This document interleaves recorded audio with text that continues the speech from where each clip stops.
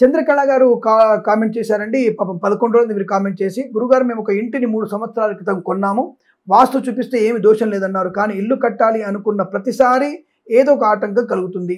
పోయిన సంవత్సరం మా వారికి ప్రమాదం అయింది. కూల్చివేత చేశాము. ఇంకా ఏమైనా చెయ్యాలా? అంటే గురువు ఇంటిని 3 రోజుల క్రితం కొన్నా అని చెప్తా. అంటే ఇల్లు కూలగొట్టడానికి చూస్తే నాకు అర్థం కాలేదు. అంటే మీ సమస్య నాకు అర్థం కాలేదు.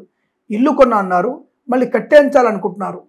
కట్టడం ఏంటి, కూల్చడం ఏంటి అన్నది నాకు అర్థం కాలేదు. మళ్ళీ కూల్చివేత చేశామని చెప్తాను. అంటే పాడుబడిన ఇల్లుని లేదా మామూలుగా ఉన్నటువంటి ఇంటిని సెకండ్ హ్యాండ్లో కొని దాన్ని మొత్తం డిస్మాంటిల్ చేసి ఇల్లు కడుతున్నారా అనేది ప్రశ్న పర్ఫెక్ట్గా ఉంటే సమాధానం చెప్పడానికి అవకాశం ఉంటుంది.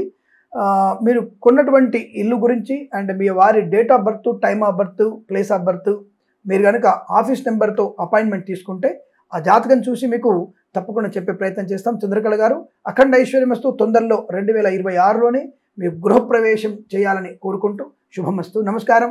అలాగే మీరు మన ఛానల్ని మరొక 10 మంది చేత సబ్స్క్రైబ్ చేయించండి. ధన్యవాదాలు.